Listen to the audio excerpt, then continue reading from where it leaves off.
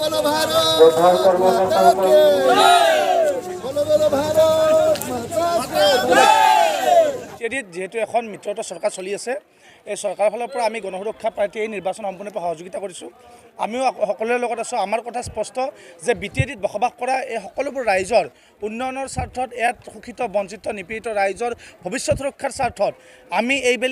এই যি বিধানসভা নিৰ্বাচন এই নিৰ্বাচন সকলোৱে একত্ৰিত হৈ আমাৰ বিজেপি মিত্ৰতা চৰকাৰখন আমি পুনৰবাৰ অসমত আনিব লাগিব চৰকাৰ প্ৰতিষ্ঠা কৰিব লাগিব ইয়াৰ মূল লক্ষ্য আৰু উদ্দেশ্য হ'ব যে বিটিএডিত বসবাস কৰা প্ৰত্যেকটো জাতি জনগোষ্ঠীৰ যিসমূহ সমস্যা ইয়াত বসবাস কৰা প্ৰত্যেকটো জাতি জনগোষ্ঠীৰ যিসমূহ অভাৱ অভিযোগ এই অভাৱ অভিযোগ যদি সমাধান কৰিব লগা হয় তেতিয়াহ'লে আমি নিশ্চিতভাৱে এখন মিত্ৰতা চৰকাৰখন আমাক বিজেপিক লাগিব এইকাৰণে আমাক বিজেপি চৰকাৰ লাগিব মিত্ৰতা চৰকাৰ লাগিব যে বিটিএডিত আজিৰ তাৰিখত UPPL GSP আৰু বিজেপি মিত্ৰতা চৰকাৰ চলি আছে আৰু যিহেতু বিটিএডিত এখন চৰকাৰ চলি আছে এই চৰকাৰৰ ফালৰ পৰা আমি প্ৰত্যেকটো সমস্যা সমাধান কৰাৰ কাৰণে আমি এইবেলি বিধানসভা নিৰ্বাচন বিজেপি মিত্ৰতা চৰকাৰখন সফলভাৱে তাত প্ৰতিষ্ঠা কৰাৰ কাৰণে আমি সহযোগিতা আগবঢ়াইছোঁ আমি বিটিএডিবাসী ৰাইজক বিনম্ৰভাৱে আহ্বান জনাইছোঁ যে সকলোৱে এই যি বিধানসভা নিৰ্বাচন এই নিৰ্বাচনত আমাৰ প্ৰত্যেকটো সমষ্টিতে আমাৰ মিত্ৰতা যিসমূহ প্ৰাৰ্থী আছে প্ৰাৰ্থীসমূহক ভোট দি বিপুল ভোটত জয় কৰি বিটিএডিৰ যি উন্নয়ন বিটিএডিৰ স্থায়ী শান্তি সেই শান্তি ইয়াত কঢ়িয়াই অনাৰ কাৰণে সকলোৱে সহযোগিতা আগবঢ়াবলৈ মই বিনম্ৰ আহ্বান জনাইছোঁ নিশ্চিতভাৱে লেহুৰামপুৰ টাউনপুৰত জিতিব ইয়াৰ কোনো মানে আপোনাৰ প্ৰশ্নই উঠিব নোৱাৰে আৰু অকল লেহুৰামপুৰে নহয় বিটিএডিৰ 12টা সমষ্টিত আমাৰ প্ৰাৰ্থী জয়ী হ'ব থাকক আপোনালোকে দেখাই পাইছে যে যোৱা 17 বছৰত বিটিএডিত যি অপশাসন দুৰ্নীতি ভ্ৰষ্টাচাৰ এইবোৰ আপোনালোকে দেখা পাইছে আজিৰ পৰা এবছৰ আগলৈকে বিটিএডিত অস্ত্ৰ জনজনী চলিছিল ইয়াত উগ্ৰপন্থী সমস্যা আছিল ইয়াত মানুহক হত্যা কৰা হৈছিল কিন্তু যেতিয়া আপোনাৰ এখন চুক্তি হৈ গ'ল তাৰ পাছতে এই সমস্যাবোৰ সমাধানৰ পথত আহিল আৰু অতি ভাল খবৰ যে বিটিএডিত যোৱা পৰিষদীয় নিৰ্বাচন আমাৰ এখন মিত্ৰতা চৰকাৰ হৈছে এই চৰকাৰখনত আমাৰ UPPL GSP বিজেপি সকলোৱে মিলি আমি চৰকাৰ গঠন কৰিছোঁ আৰু চৰকাৰ গঠন কৰাৰ পাছতে এই বিটিএডি অঞ্চলৰ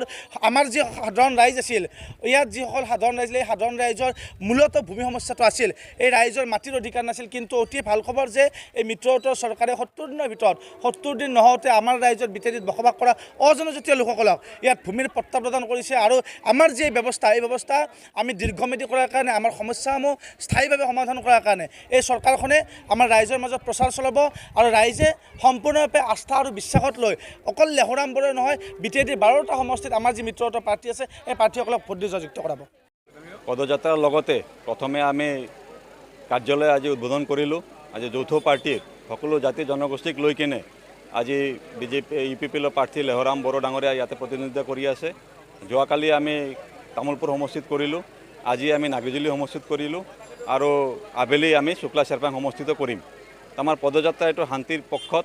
আৰু উন্নতিৰ পক্ষত আপোনালোকে জানে বিজেপিৰ যেটো আমাৰ নাৰা আছে সবকা সাথ সবকা বিকাশ সবকা বিশ্বাস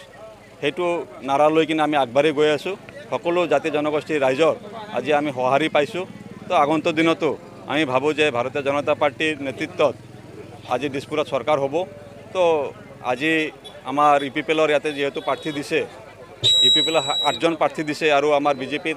4জন প্ৰাৰ্থী দিছে বিটিএডি তো আমি 12টা সিটে আমি দখল কৰিবৰ কাৰণে সক্ষম হ'ম মই আমি আশাবাদী বিজেপি দলৰ এইটো এটা ডাঙৰ গুণ বুলি আমি ক'ব লাগিব সকলো কাৰ্যকৰ্তা বন্ধুসকলৰ যে আমাৰ নেতৃত্ব যেটো আদেশ দিয়ে সেই আদেশ সকলোৱে পালন কৰে হক খন্তেকীয়া অলপমান খুব থাকিব পাৰে যে আমাৰ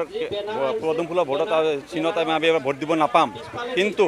আমাৰ বৃহৎ স্বাৰ্থৰ কাৰণে আমি দিছপুৰত চৰকাৰ চলোৱাৰ স্বাৰ্থত আজি আমাৰ ইয়াতে UPPLক আমি ভোট দিবলৈ সক্ষম সাজু আছোঁ আৰু সকলো বিজেপি কাৰ্যকৰ্তা বন্ধুসকল আমাৰ লগত আগবাঢ়ি আহিছে আৰু সকলোৱে নিজৰ নিজৰ কৰ্তব্য পালন কৰিব সেইটো আমি আশাবাদী আমি ভাবোঁ যে নাগিজুলি সমষ্টিত 25,000তকৈ অধিক ভোট পাব